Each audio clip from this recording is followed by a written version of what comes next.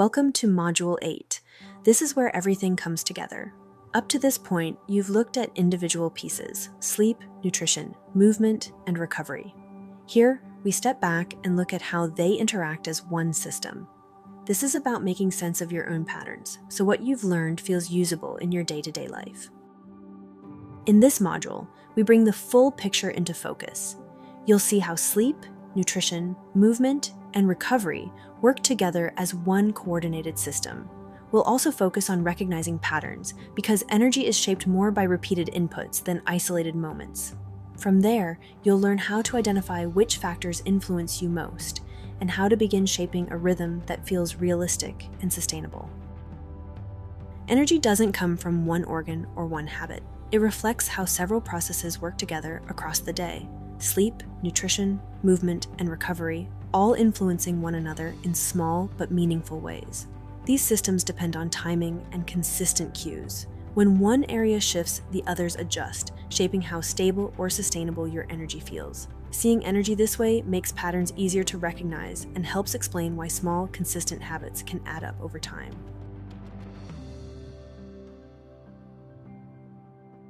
The body organizes energy through 4 major inputs: sleep and light exposure, fueling patterns, movement, and recovery.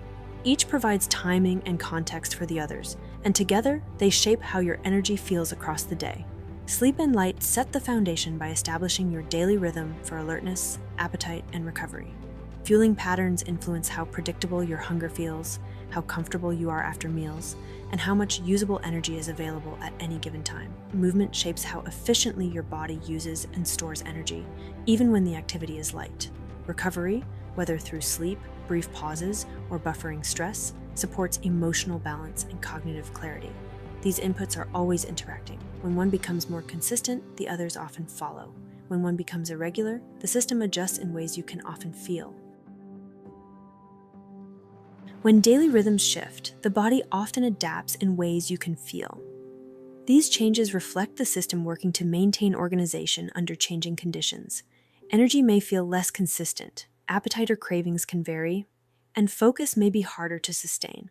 Physical stamina may dip, recovery can take longer, and alertness can fluctuate across the day. These experiences relate to how daily inputs, sleep, fueling, movement, and recovery, are interacting in real time. Noticing these patterns can help clarify where small adjustments may have the greatest impact. Most people have 1 or 2 areas that influence their energy more than the others. For some, shifts in sleep timing have the biggest impact. For others, it's meal timing, movement frequency, or changes in stress and recovery. Once you can see where the biggest influence is, it becomes much easier to know where to start. As you think about your own routine, notice which of these stands out. Most people experience their energy as something that just feels unpredictable. Some days are better, some days are worse, and it's not always clear why. But when you start looking a little more closely, there's usually some structure to it. One way to make sense of that is to look at your energy from a few different angles.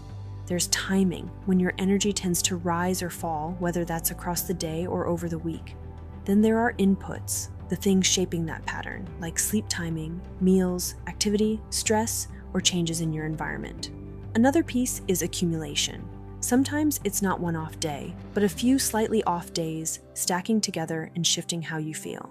And then there's capacity, how easily your system settles back or adapts when your routine changes. Looking at it this way starts to move you away from thinking in terms of good days and bad days. It gives you a clearer sense of what's influencing how you feel, and where a shift in your routine might actually make a difference. There's a 14-day log attached to this lesson. It's a simple way to connect what you're doing during the day with how you actually feel. You're not tracking everything, just a few basics like energy, sleep, meals, and movement. For most people, this is where things start to click. Patterns that feel random in the moment become a lot easier to recognize once you can see a few days side by side. The first week is just observation. Then you take a step back and look for patterns, like whether dips in energy tend to follow shorter sleep, longer gaps between meals, or changes in routine. And from there, you pick one area to make more consistent and see how things shift. It doesn't need to be detailed, and it doesn't need to be perfect. You're just giving yourself a clearer view of what's already happening. Throughout this series, you've been looking at energy as something that's regulated by multiple systems in your body over time, shaped by timing, demand, and recovery. Sleep, stress signaling, nutrition, and movement don't act on their own. They interact, and a lot of that happens quietly, in the background. When fatigue sticks around, it often reflects how the body has been adapting to those conditions over time, especially when demands stay high or recovery stays limited. These changes don't happen in a straight line. There's often a delay between what you do and how you feel. Smaller stressors can build for days before anything becomes noticeable. And even when things are improving underneath, how you feel can still vary from day to day. What you have now is a way to make sense of that. Instead of trying to chase a single cause, you can start to recognize patterns and understand how your system is adjusting.